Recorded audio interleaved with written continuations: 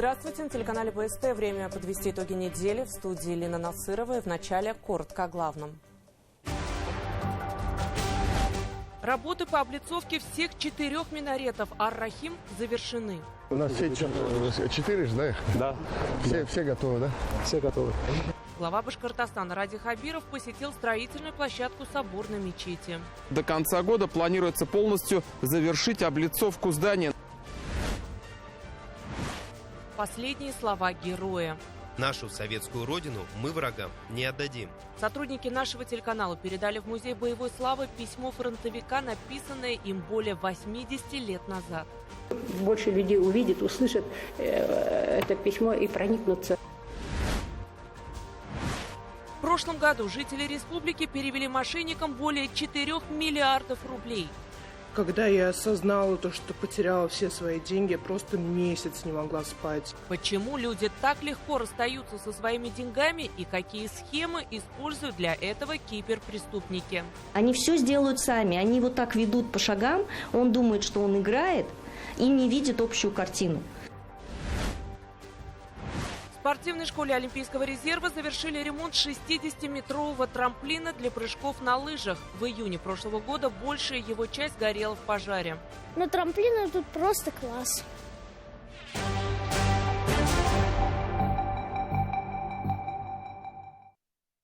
Один из важнейших этапов позади. Работы по облицовке всех 4 минаретов соборной мечети Ар-Рахим завершены.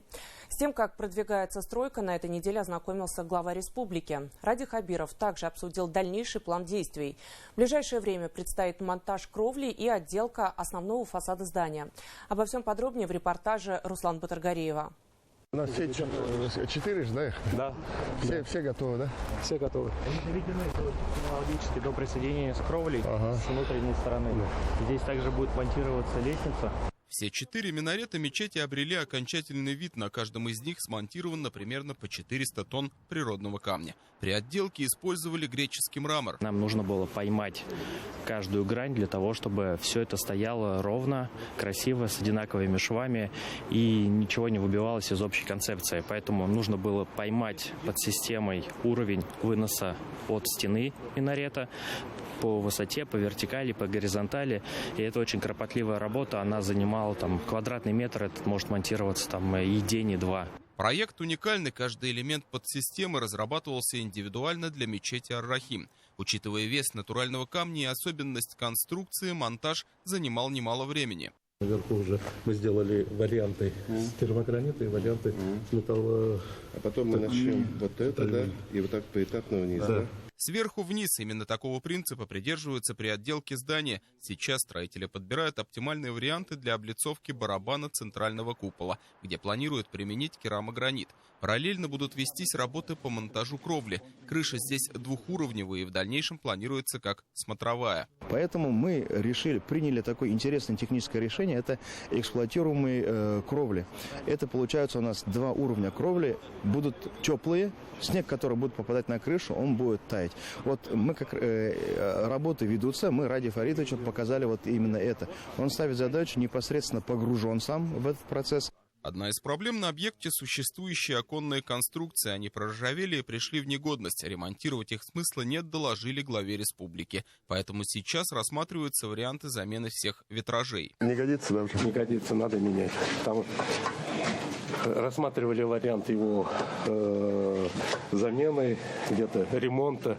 Но специалисты все сказали, это бесполезно. Соборную мечеть Ар-Рахим в Уфе начали возводить еще в 2006 году. Строительство велось разными инвесторами с переменным успехом и большими перерывами. В сентябре 2023 глава региона провел совещание по вопросам возобновления работ. После этого специалисты провели комплексное обследование объекта и оценили его состояние. Объект очень сложный. Знаете, мы строили разные объекты. Сначала начинали, какие-то доделывали. Но вот для меня лично это один из самых сложных, потому что все-таки, во-первых, сложно всегда приходить на тот объект, который уже начинали, который долгое время простаивал. Тут то там, то тут обнаруживаются всевозможные проблемы. Поэтому мы очень много времени потратили на обследование, чтобы не получилось, что мы сейчас уже зайдем с облицовкой туда, и тут, соответственно, будут проблемы. Но, слава богу, как говорится, эти вроде мы все вскрыли. Высота минарета минаретов соборной мечети Ар-Рахим почти 77 метров. Основное здание сооружения состоит из 7 этажей, 4 из которых надземные. Первый для мужчин, второй для женщин, технический и четвертый под куполом для туристов. Здание огромное, его молельные залы в будущем смогут вместить до 10 тысяч верующих. Внешнюю отделку минаретов выполнили на 100%. До конца года планируется полностью завершить облицовку здания. На основном фасаде будет применяться керамогранит с 3D-печатью.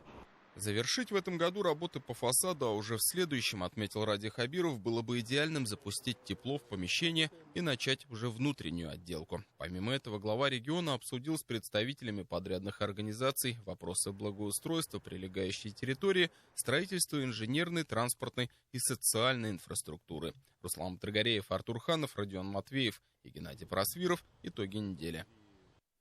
Боль потерь и желание выжить. На этой неделе в стране отметили 81-ю годовщину снятия блокады Ленинграда. Это одна из самых трагических и одновременно героических страниц в истории.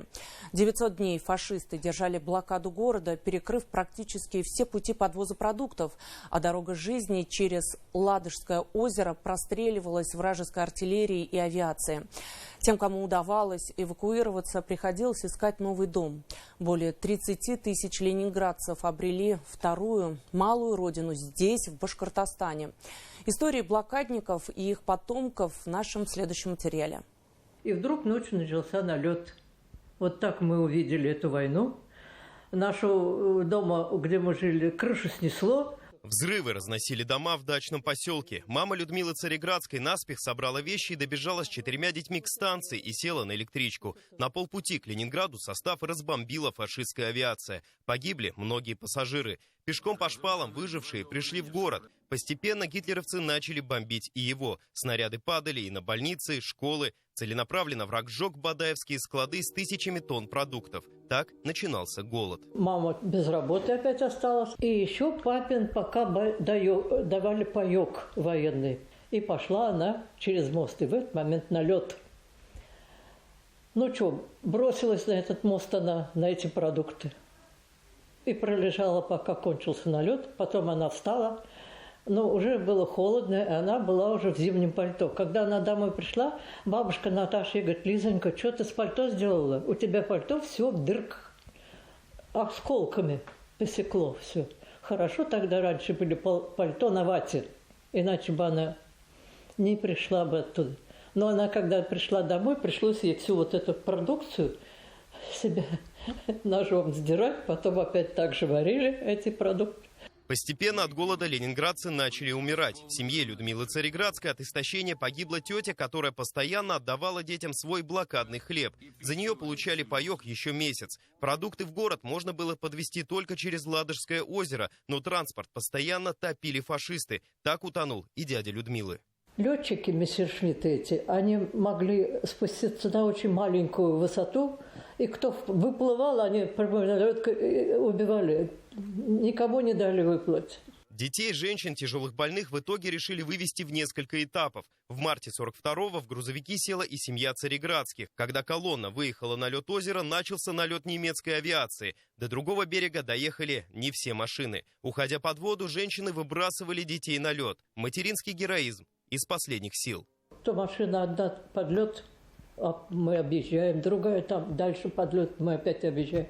Затем на поезде семья добралась до Рязани. Здесь умерла бабушка. После Цареградских привезли в Краснодарский край, но и туда стали прорываться фашисты. Спасаться пришлось через опасную горную дорогу по пути в Грузию, где их чуть не съели волки. Далее работа на хлопковых плантациях Узбекистана, где едва от лихорадки не умерла мама. Последний рывок из Самарской области в Уфу, где ждала мамина старшая сестра, был в декабре. Машинист военного поезда согласился их везти только на сцепке вагонов. Мама говорит, он нам дал не то фанеру, говорит, не то что. В общем, короче говоря, на эту фанеру она положила подушки, одеяло у нее было какое-то тоненькое. И мы зимой ехали вот на этой сцепке. Сначала в одном поезде, потом также в другом поезде. Короче говоря, еле-еле до Уфы мы доехали в декабре месяце. Когда вышли с поезда, я уже встать на ноги не могла. Я отморозила ножки, и многие у меня уже такие были. У меня были фетровые валеночки. Валенки потом разрезать пришлось. Не могли снять.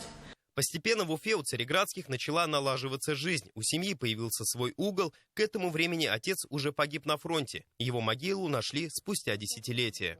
Моей маме было 13 лет, средней сестре 17 лет. Старшая сестра сразу в первые дни, она была с 22-го года, она военная. Вот таким женским составом пришлось в блокаду выживать маме и тетям Владимира Прокаева. Они рассказывали, что не всегда удавалось и получить те заветные 125 грамм хлеба. Их мама работала в роддоме, где, по сути, оказывалась медпомощь всем. Однажды она вернулась со смены домой, легла спать и больше не проснулась. Старшая сестра несла службу, младшие решили ехать в Уфу, где на моторостроительном заводе работал отец. Какой идет состав? Просимся куда? В ту сторону, в ту. Садимся до какой-то станции, доезжаем, если там все уже ничего. Все равно ждем дальше. Я вообще, вот мне трудно сейчас понять.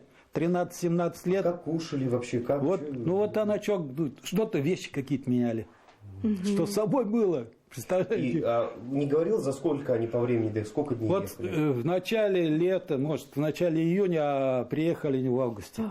При этом девушки сберегли важные документы и фотографии, привезя их из Ленинграда. В семье также хранится один из главных документов жителя блокадного Ленинграда. Это справка о прописке. И вот здесь семья Ореховых, 4 человека, проживали на улице Липовой, дом номер 15, квартира 20. Здесь также есть пометка, что они выписаны в связи с эвакуацией 9 июня 1942 года. Бережно хранит документы своего отца-фронтовика и Светлана Прокаева. Он прошел 4 войны, в том числе и помогал Монголии против вторжения милитаристской Японии. В Великую Отечественную войну сражался на Орлово-Курском направлении, бил фашистов под Прохоровкой, участвовал в боях на Белгородско-Харьковском направлении. Победу встретил в Будапеште. Вот это вот вообще реликвия, красноармейская книжка. Это же призван в Красную армию. И тут так интересно, конечно, вот что было выдано ему. Мы вот рассматривали. Вот. Пулемет ППШ, по-моему. Да. Выдан. Угу. Противогаз и финский нож. В Будапеште, это 45-й год, День Победы, фотография. Они все сфотографировались. Победа в Великой Отечественной войне далась высокой ценой. За годы блокады несломленный Ленинград потерял свыше 1 миллиона человек, военных и горожан. И теперь дети тех, кто пережил роковые и сороковые, стараются передать память потомкам, чтобы сохранить настоящую историю. Эмиль Басарев, Азат Ишбулатов, Роберт Давлетбердин и Руслан Галямов. Итоги недели. У героизма нет срока давности. Фронтовое письмо красноармейца Салихьяна Кайбышева спустя десятки лет обнаружила его родная племянница. Документ датирован 19 марта 1942 года. Благодаря ему родные смогли узнать последние мысли и переживания земляка.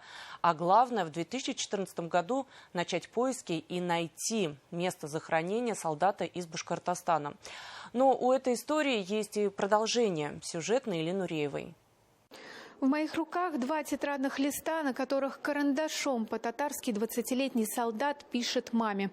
Это фронтовое письмо, написанное в окопе 83 года назад красноармейцем Салихьяном Кайбышевым. И сегодня, по просьбе и желанию его племянницы, мы передаем письмо в Республиканский музей боевой славы.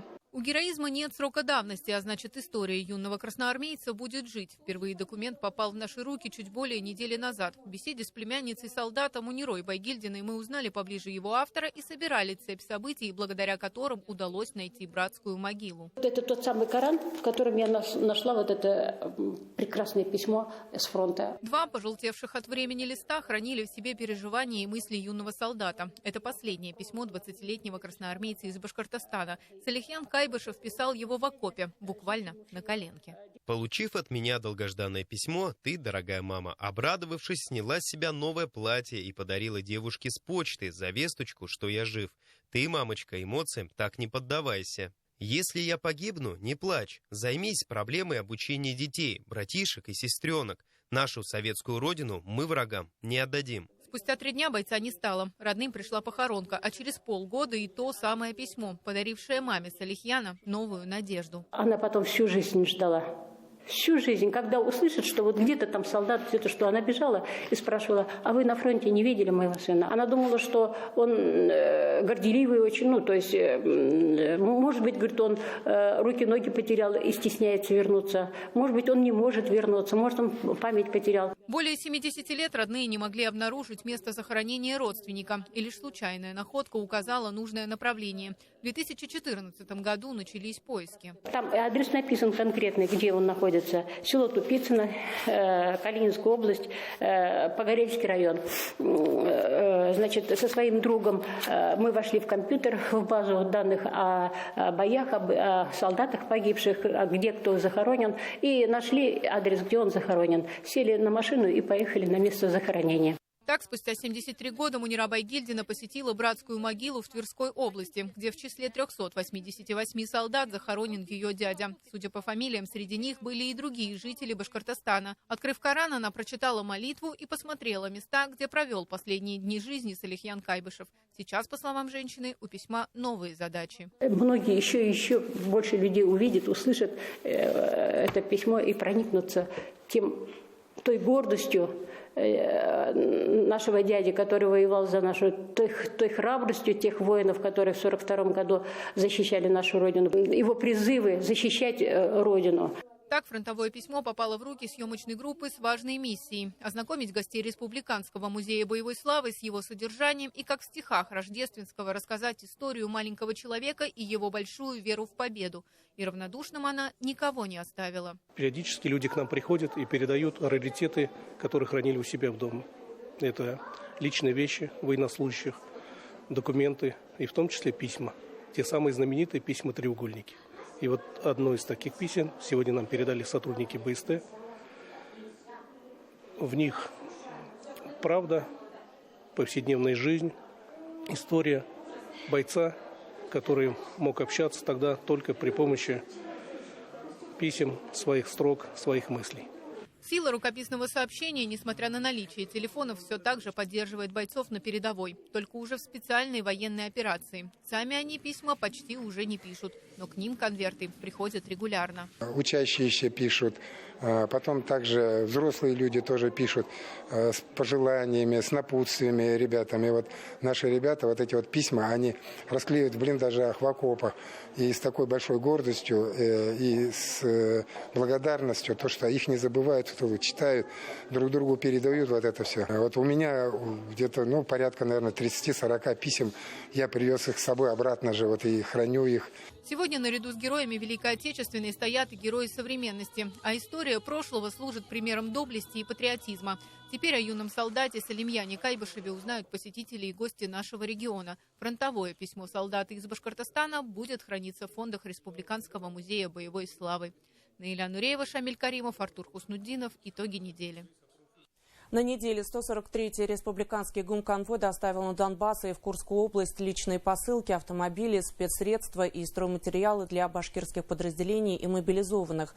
Своих земляков не забывают и жители муниципалитетов. Аскинский район отправил в зону проведения спецоперации свою собственную, уже 34-ю колонну, которую загрузили по заявкам военнослужащих. Что собрали, знает моя коллега Алия Альтубаева.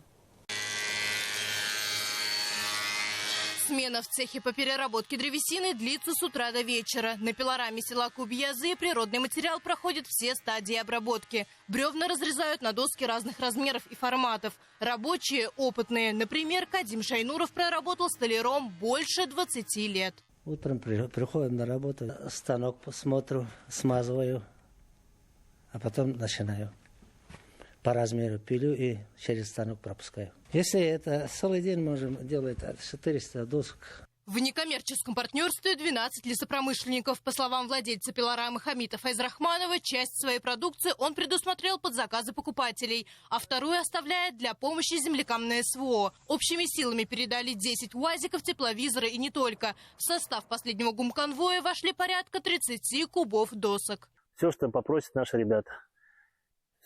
Это малая толика того, что мы можем помочь для ребят в зоне специальной военной операции.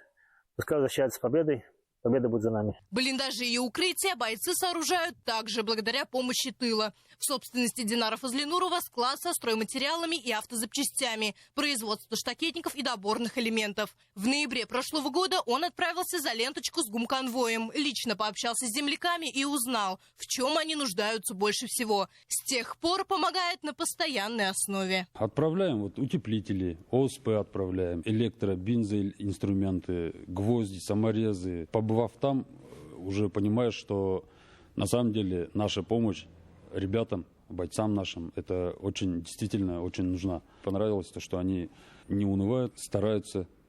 Поэтому мы отсюда на должном уровне стараемся отсюда помогать. Но, как признаются сами бойцы, находясь вдали от дома и защищая родину, больше всего скучают по семье. Так супруги Илнур и Эльза Гелимшина создают для военнослужащих домашнюю атмосферу, передают продовольствие, национальные блюда, молочные и мясные продукты и все халяль. Семья организовала самый большой в Башкортостане сельхозпотребкооператив и открыла свой магазин. Поэтому удается помогать и едой, и деньгами. Там ведь бойцы есть и мусульмане, как говорится, которые не всякую продукцию могут кушать.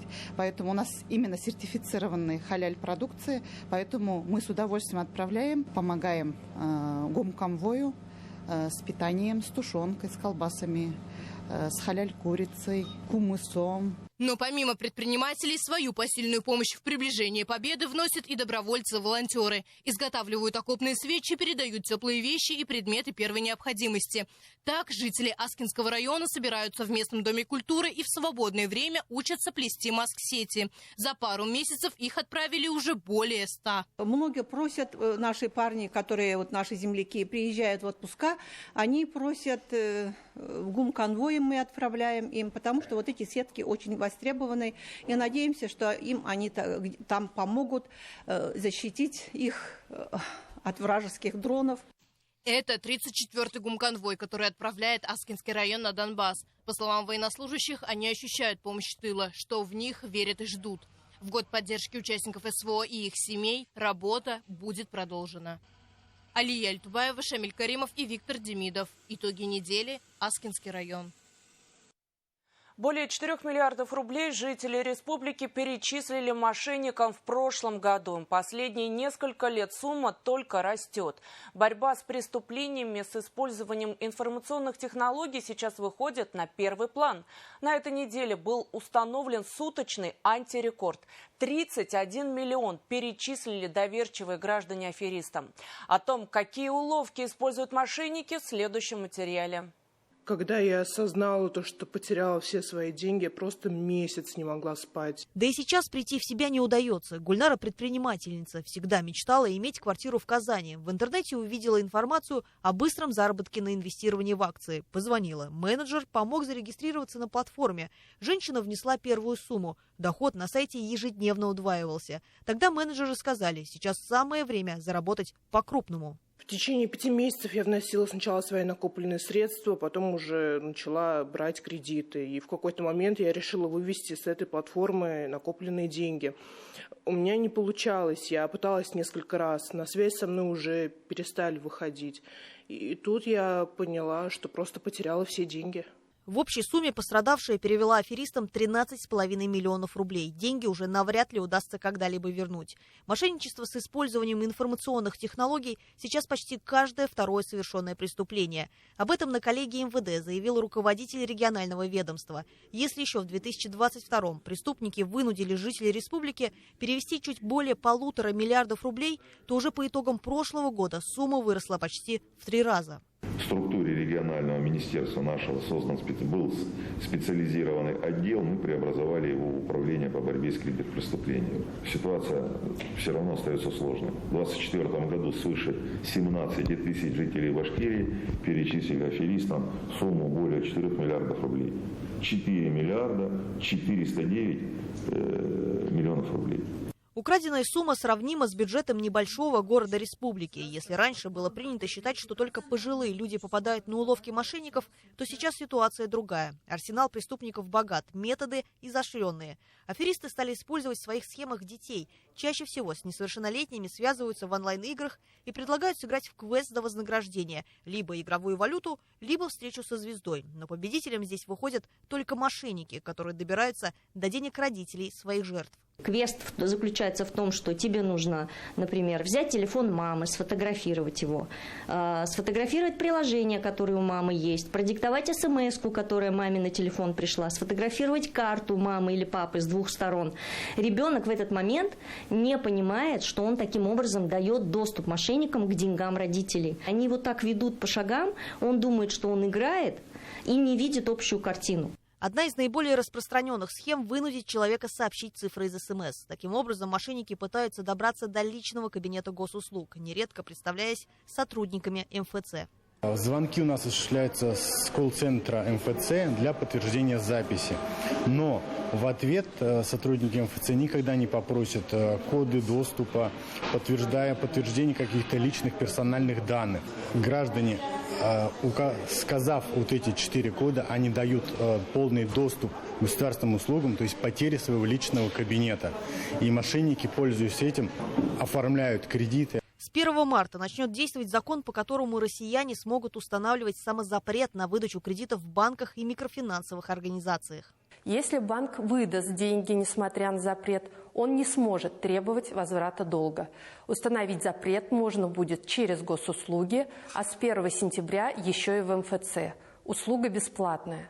Когда человеку действительно понадобится кредит, он тем же путем сможет снять запрет. Есть простые правила, которых необходимо придерживаться. Не стоит переходить по ссылкам, пусть даже прислали их знакомые, под безобидным предлогом вроде «не ты ли на фотографии». Подозрительные звонки лучше сразу прерывать. Не сообщайте никому логины и пароли от личных кабинетов. И лишним не будет повторить все это своим близким. Те, кто стали жертвой мошенников, тоже были уверены, что никогда не попадутся на уловки.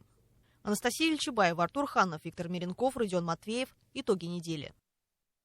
Республиканская клиническая больница имени Куватова, удостоенная премии правительства России в области качества. С таким достижением коллектив медучреждения поздравил глава Башкортостана Ради Хабиров. Ежегодно награда присуждается на конкурсной основе организациям за высокие результаты в области качества продукции. В стенах больницы оказывают более 2000 видов медицинских услуг, в числе которых и высокотехнологичная помощь пациентам республики. Сюжет Динары Масхановой.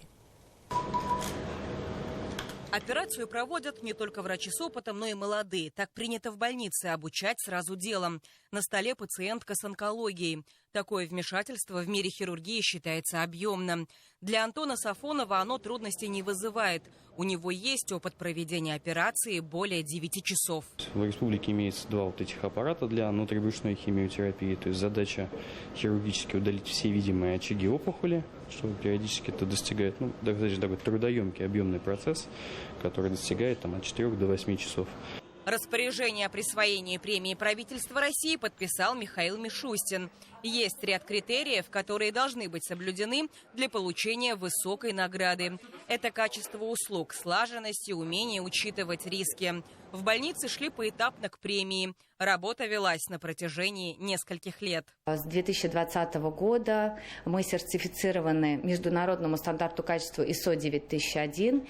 И в том году мы первыми в республике получили специализированный стандарт ISO 7101 для медицинских организаций. А еще, чтобы стать лучшей на федеральном уровне, необходимо быть современно оснащенной больницей. Благодаря нацпроекту нового оборудования в прошлом году стало больше. Появились магнитно-резонансный томограф и ангиограф. Последний легко находит патологию в артериях без разрезов на теле человека. При помощи катетера в сосуд пациента вводят йодосодержащее контрастное вещество. Смешиваясь с кровью, оно делает просвет сосуда видимым под рентгеном. Основные стандартные доступы – это лучевой и бедренный. И через этот маленький прокол мы можем добраться до любого сосуда в организме человека, начиная от головы и заканчивая, условно говоря, пяткой. Ежедневно в лаборатории клиники Куватова проводится более 30 тысяч исследований. Анализы поступают со всей республики. Благодаря автоматическому сортировщику пробирки быстро определяют по видам. Сокращаются ошибки и исключается человеческий фактор. Исследовать здесь могут редкие анализы. Пациентам требуется раз в жизни, допустим, выполнять какое-то исследование. И в таком случае мы эти исследования выполняем. Это молекулярно-генетические исследования, это какие-то редкие гормональные исследования, это различные онкомаркеры. В основном такие сложные виды исследований, которые выполняются только у нас. Ежегодно стационарное лечение в стенах больницы получают более 30 тысяч жителей республики. Активно развивается телемедицина. После проведения онлайн-консультаций на обследование в федеральные центры направляется более 60 пациентов каждый год. Основная наша задача – это доступная и качественная медицинская помощь. Основная задача – это человекоцентричность. Основная задача – это выполнение функций лечебного учреждения 3-го уровня. Здесь проходит обследование, лечение, получает консультации жители Республики Башкортостан. Здесь работает служба санитарной авиации. К слову, на следующий год в больнице запланированы сразу 2 больших события. Открытие новой поликлиники, которая строится на 1500 пациентов в смену, а также ведущее в регионе учреждение здравоохранения отметит 150-летний юбилей. Динара Таймасханова, Азат Ишбулатов, Руслан Галлямов. Итоги недели. Республика на пути глобального потепления. Температуры января оказались на 10-12 градусов выше нормы. Как говорят климатологи, последствия такого сбоя затронут все сферы экономики. Впору вводить нетипичный для Башкортостана термин «еврозима». Мой коллега Артур Шамсудинов пообщался с доцентом Института природы и человека Уфимского университета науки и технологий Ритой Камаловой. Что говорят специалисты по поводу существующих процессов и будущем, смотрите в нашем интервью. Рита Галимяновна, тогда без всяких долгих прелюдий, просто первый вопрос, что происходит с погодой? У нас происходит аномалия по температуре воздуха. Причем она достаточно сильная. По республике порядка 10-12 градусов по разным метеостанциям. Наше башкирское управление по гидрометеорологии и мониторинга окружающей среды давало такие сведения. С чем это связано? Какие явления привели к этому? Вообще сейчас очень активировалась Атлантика, то есть атлантическая воздушная масса к нам достаточно часто начинает приходить. То есть из-за того, что сама Атлантика теплая, она прогретая, относительно прогретая для зимнего периода. И она настолько активная, что начинает поставлять эти воздушные массы достаточно теплые. И мы видим вслед за одной оттепелью чуть понижение, и потом опять другая оттепель пришла. Но Атлантика далековато от нас, или тоже как-то, да? Но Атлантика делает наш климат в нашей республике Башкортостан. Все-таки она. Я недавно читал, что в рамках глобального потепления температура на планете повысилась на 1,5 градуса. Нынешняя зима вследствие этого? Это общая тенденция по нашей планете. И в республике Башкортостан мы тоже наблюдаем такие события, которые приводят к повышению температуры. То есть у нас тоже региональное изменение климата наблюдается, и рост температуры мы тоже выявили. Зима аномально теплая. Какой будет весна, соответственно, лето? Синоптики некоторые дают прогноз, что начало февраля будет тоже достаточно теплым. То есть может быть чуть холоднее, чем нынешняя погода в Уфе, например, но тоже теплым. По лету пока еще нельзя сказать, да, как будет? По лету сказать нельзя. Некоторые агентства начали составлять такие прогнозы, но на данный момент я не готова комментировать эти прогнозы. А есть ли данные о том, что такая аномальная зима становится нормой в наши дни? Вообще, зимние температуры растут быстрее, и зима теплеет быстрее, чем весна, лето и осень. В Лимонарии начали цвести лимоны на месяц раньше сроком. Бобры начали выходить из спячек в некоторых районах. Мои коллеги сегодня говорили, что птички поют повсюду. Как изменения климата отразятся на других экосистемах? Это очень неблагоприятно для вообще и для птиц, и для растений, и для животных. То есть если они там высидят кладку, то это, естественно, потом после возврата холодов эта кладка погибнет. Ну и с почками, и с растениями то же самое. У нас это может быть проявляться не так явно в нашей республике, но в центральной России там потепление гораздо больше. Если касательно нашей республики, то основными последствиями у нас будут изменения гидротермических условий. То есть, например, лето будет у нас более засушливое и жаркое, зима вот такая теплая, как говорят, еврозима, да, такой термин уже ввели. Весной у нас увеличивается количество осадков по многолетним тенденциям, и, конечно, все это отразится на социально-экономической сфере. То есть, например, засухи, естественно, дадут знать сельскому хозяйству, да, будут неурожаи, например, распространение вредителей, каких-то болезней. По водным ресурсам это, естественно, обмеление рек. Да. Мы вот несколько лет уже видим, как у нас падает уровень воды в реках. Это тоже не очень хорошо и для человека, и для экологии вообще в целом. Какие меры могут быть предприняты для смягчения последствий потепления на том же региональном уровне? Все страны должны сокращать выбросы парниковых газов. То есть Россия тоже подписала данный договор, мы тоже должны сокращать. Но на региональном уровне это достаточно сложно. То есть предприятия в республике все равно должны работать. Экономика без этого не сможет. Но при этом есть ряд очень хороших климатических проектов. Ну и чтобы телезрители поняли, самый такой простой — это лесоклиматические проекты, например. Это сажать деревья. То есть деревья при росте очень хорошо поглощают парниковые газы, и из-за этого они растут. Да? То есть рост деревьев, при росте деревьев происходит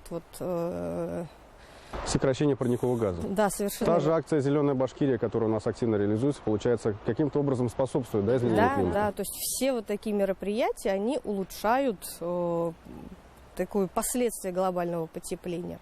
Я где-то читал, что к концу 2030 года выбросы в атмосферу сократятся, и возможно ли такое, что система вернется к привычной нам норме? Ни одна экономика в мире не сможет остановить свои производства. Да? То есть население нужно чем-то кормить и, естественно, пополнять бюджет. Но при этом, если все-таки будут предприняты глобальные меры по сокращению парниковых газов, климатическая система достаточно инертна. То есть если процесс какой-то запустился, он все равно будет еще по инерции развиваться, даже если выбросы парниковых газов от человека прекратятся. А возможен ли худший сценарий, при котором, как в фантастических фильмах, на планете разрушится озоновый слой и на Земле будет сплошная радиация? При худшем сценарии у нас температуры на нашей планете, да, действительно повысятся и достаточно значительно. И, естественно, страны, их природа, вся окружающая среда пострадает. Нельзя исключать никаких вариантов. Но здесь человек должен, конечно, осознанно смотреть в будущее. Даже не человек, а человечество. Сам человек личным вкладом тоже может повлиять на глобальное потепление. Частично это будет крупица в море, но все-таки это сортировка мусора, например. Да? Это экономия воды, это экономия электричества и подобные вещи. То есть это все приводит к тому, что энергозатрат меньше, а энергозатраты — это основной источник выбросов парниковых газов. Что ж, Рита Галимьяновна, спасибо. Будем надеяться, что люди, каждый из нас, будет принимать меры, и мы не допустим катастрофы. Ну, будем надеяться или будем адаптироваться. Из Уфы в Калининград на неделе прошел пресс-тур в самый западный регион России для журналистов и блогеров Башкортостана. В рамках тура участники посетили города и достопримечательности, познакомились с историей и культурой области. Чем заняться в Калининграде, что посмотреть и что нужно знать о городе, расскажет наш корреспондент Альфина Кильдиярова.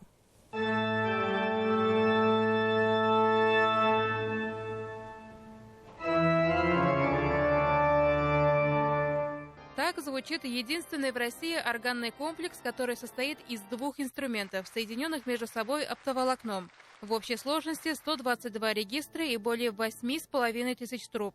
Длина самой большой трубы 10,5 метров, а звучащая часть самой маленькой всего 11 миллиметров. Установлен он в Кафедральном соборе, главном культурном и историческом месте Калининграда. Который стали строить где-то к середине XIV века, почти полвека строили, и он был посвящен и Деве Марии, епископу Адальберту, всем католическим святым, и телу Христа и так далее. Сегодня это не религиозное сооружение. Сегодня это музей, который расположен в башнях. Сегодня это самый большой органное пространство, органный комплекс в нашей стране. Здесь же похоронен Иммануил Кант, человек, который кардинально изменил философию, но никогда не изменял своему распорядку дня. Каждый день ровно в определенное время выходил на прогулку, причем это был один и тот же маршрут. Погрузиться в историю и понять, как Кёнигсберг стал российским, можно в самом некогда секретном и почти неприметном месте города. Сейчас это музей-блиндаж Отто Ляша, а в годы Великой Отечественной войны – блиндаж гитлеровцев. Укрытие глубиной в 7 метров должно было выдержать любые бомбардировки и артобстрелы. Но, несмотря на это, советские войска взяли Кёнигсберг за 4 дня. Именно в этом бункере был подписан акт о капитуляции города. Как бы победная точка была поставлена здесь, и после войны в 60-х годах появилась идея, давайте мы здесь сделаем музей. Все здесь как 80 лет назад. Стены, потолки, пол, даже обед коменданта Ляши, который так и не был съеден.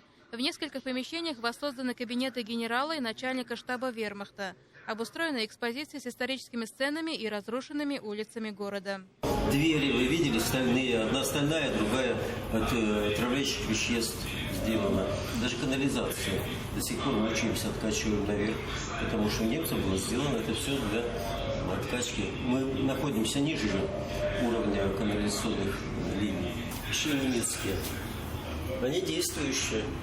Добраться из Уфы до Калининграда теперь можно без пересадок. В Башкортостане налажено авиасообщение с отделенным от большой России регионом. Полеты выполняет авиакомпания Nordwind Airlines. Зимой 2 раза в неделю, летом до 3 раз. Самолеты огибают закрытые страны по нейтральным водам Балтийского моря. Поэтому продолжительность полета увеличилась. Сейчас это около 4 часов. Ну, есть особенности, то, что мы здесь летим, скажем так, над нейтральными водами, в узком перешейке между не совсем дружественными странами. Вот, есть свои особенности. Ну, и плюс вот эта погода здесь бывает такая иногда, турбулентность. Ну, в общем-то, ничего страшного, потому что в случае каких-нибудь нештатных ситуаций, там, необходимости обхода опасных метеоявлений, либо там пассажир заболеет, без проблем даже эти страны нас пускают в свое воздушное пространство напрямую. По прибытию в Калининград не забудьте получить паспорт туриста. Для этого необходимо обратиться в информационный центр для туристов столицы региона. На первых страницах документа есть чек-лист, где необходимо отметить выполненные пункты. Допустим, перевести часы на калининградское время. Кстати, разница с уфимским – 3 часа. Также здесь собран список достопримечательностей. Есть специальная карта, которая дает скидки в туристических местах. А еще здесь можно собирать печати в разных городах Янтарного края.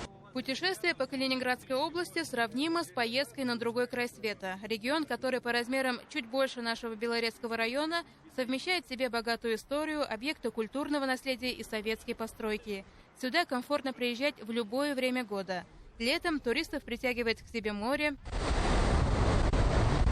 Зимой множество замков и музеев. Пожалуй, самый знаменитый из них находится в поселке Янтарный, где ведется единственная в мире добыча янтаря промышленным путем.